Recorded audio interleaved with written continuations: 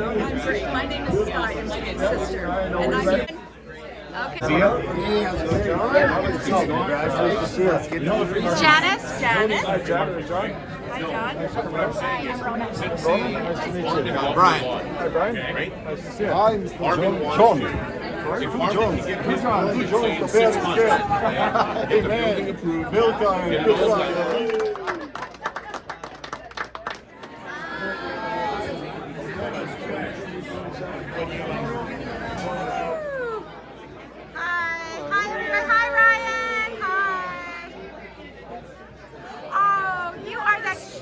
You are the winner. She has a book for you. You want to come in the picture? Hey, hi, Odessa. Hi, Becky. Hi, everybody. Hi. Hi, James. Hi, Daryl. Sprayed on a piece of paper. Inmates in jails, the brush off.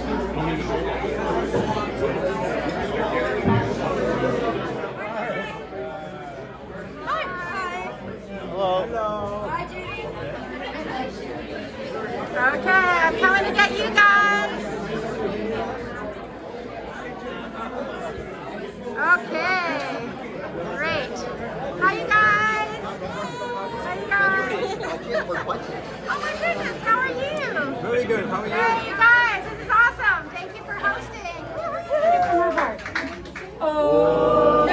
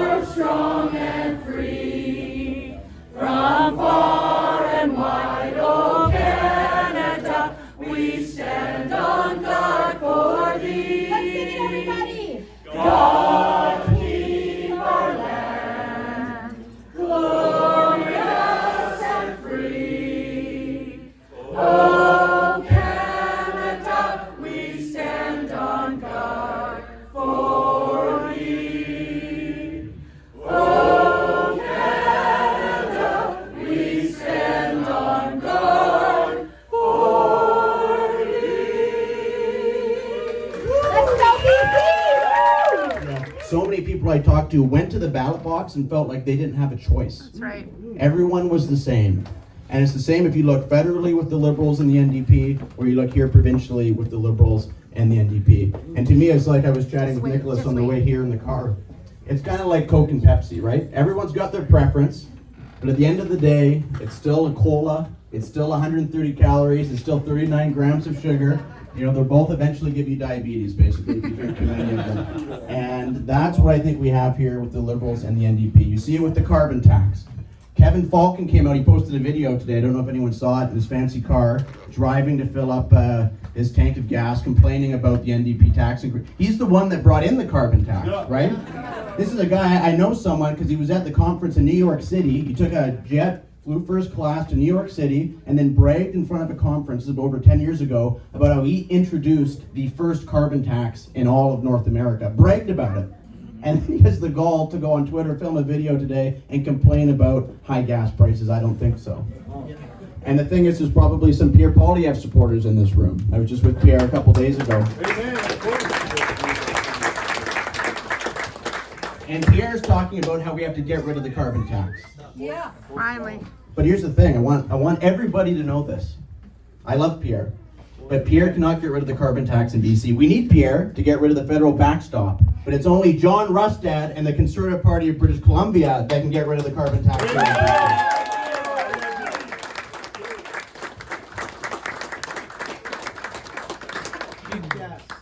And then there's this, as far as the Liberal and the NDP, it's the same thing again when it comes to this woke mind virus that it's being called now. You see with the cancel culture, it's almost the rush to see who can tear down our history the fastest or undermine the foundational values of what it means to be Canadian, whether it's free speech, whether it's a respect for the generations that came before us. And again, all you hear is deafening silence from every other member of the Legislative Assembly other than John Rustad. And that's important to remember, I think. And then there is this shocking and quite frankly disturbing violence that we've seen in our major cities, especially here in Vancouver. Yes. Especially here in Vancouver. I've been gone for 3 weeks, so I've been reading it on the news.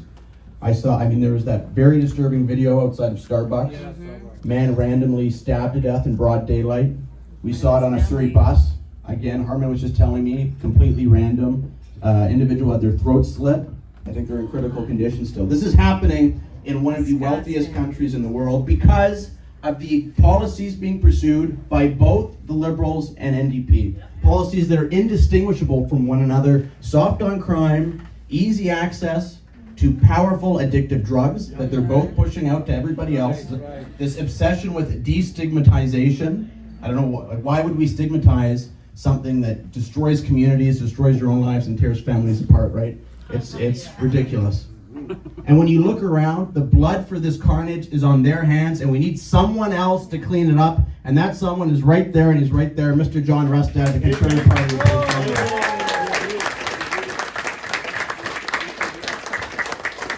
So without further ado, let me introduce you to the man who I believe, well, he is the new leader of the Conservative Party of BC, and I believe to be the next Premier of this province, God willing, Mr. John Rustad.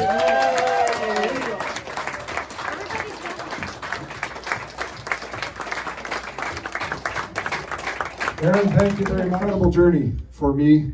A year ago, I never thought I would be doing this. But sometimes, things happen for a reason. Things move forward for the reason.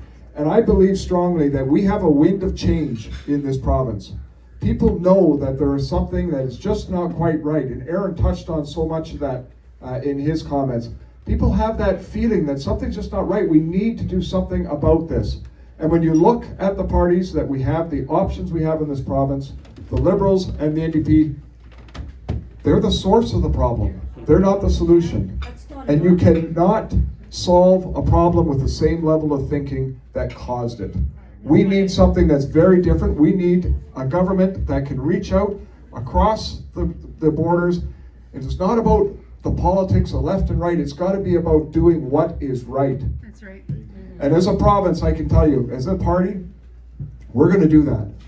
When you look at our inflation problems, when you look at the cost structure, it is unbelievable to think that you've got political parties that want to add more to the costs.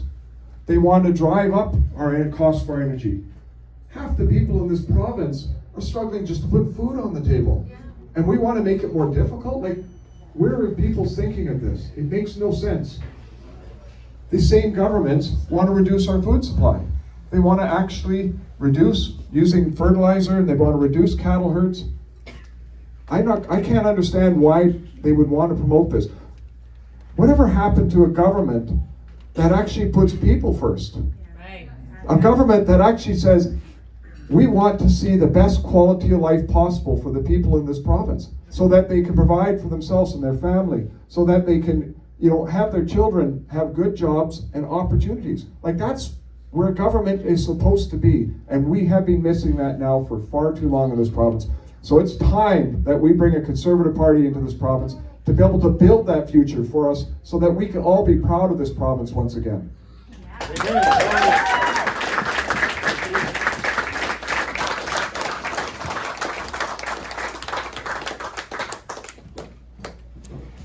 Aaron touched on a crime issue, and I just want to say something about that. When I think about the people that have been impacted by crime, the victims of crime, tears well up inside of me, right? It's just so horrendous to see what has happened, to read about it, to hear about it. I was downtown Vancouver just this past weekend, or past week, I should say. And I normally go to that Starbucks to get a coffee, the Starbucks Reserve or whatever it was called.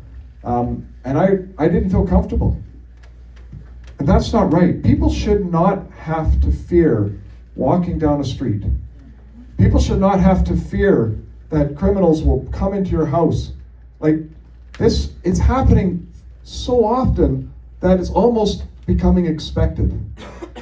And what we have right now with the federal government and its policies and approach on crime, and the provincial government and its approach on crime, is they're putting the needs of criminals ahead of victims. This is just so wrong. So I tell you what, if the federal government is not going to do something about this, if they're not going to change their laws, then we're going to take matters into our own hand in this province, and we're going to deal with this.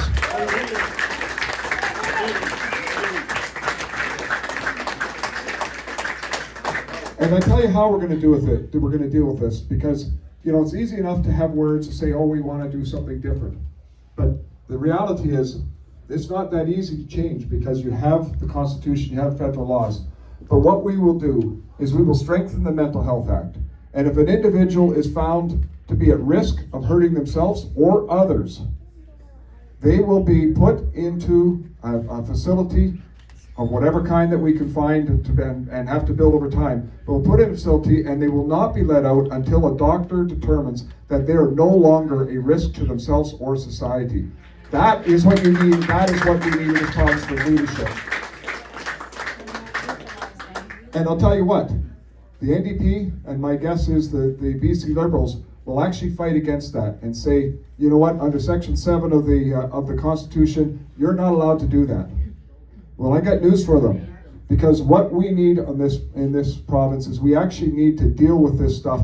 We cannot be locked into the way we've been doing things in the past. And if we have to, we will use the notwithstanding clause to force this and get it done so that our streets can be safe again for people in this province. There are so many things that are going on really in BC. One of the things that I just want to spend a minute talking about is healthcare. Our healthcare system is in a crisis. It is the makings of decades of poor decisions. For doctors, we don't have enough doctors in this province. And you say, well, how did this happen? It was the NDP in the 1990s that drove doctors out of this province and reduced the number of doctors we had. And it took 10 to 15 years for that to manifest into a crisis into this province. Because our healthcare system isn't just about today, it's about what we need and how you build it out for a decade or two. That was the foundation of the problems we have with doctors. And unfortunately for nurses, we have a huge shortage right now of nurses in this province. And the reason why, we used to train way more nurses than we needed. And in 2013, that changed. The government that I was part of made a decision to refocus education so that we were only training for what we were hiring at the time. And the end result of that is that we do not have anywhere close to enough nurses, because we cut the number of nurses that were being trained. And now we have, a decade later, we're reaping that decision.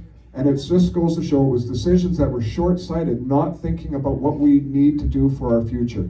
And that isn't the kind of government that we need in this province. We need a government that is actually going to put patients first. This government we have right now, the NDP government, there was a court case last summer, Brian Day versus the government, and it was around private healthcare or private services. But the most shocking thing about that court case was the government essentially argued that the system was more important than patient suffering. That's right. And what is worse, the judge agreed with them. We've got to change this. We've got to make sure that patients and the needs of patients is back at the center. And this is why, quite frankly, there are close to 7,000 healthcare workers that were either fired or let go because of mandates. We've got to drop these mandates, like every other province in the country is trying to hire back our healthcare heroes.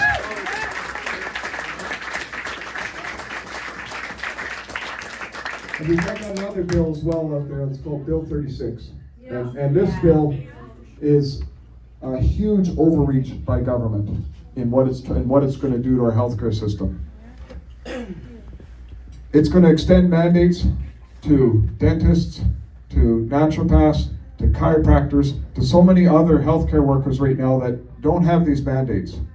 It creates an environment where it's just a real challenge, I think, for any healthcare worker to say, I want to be part of this.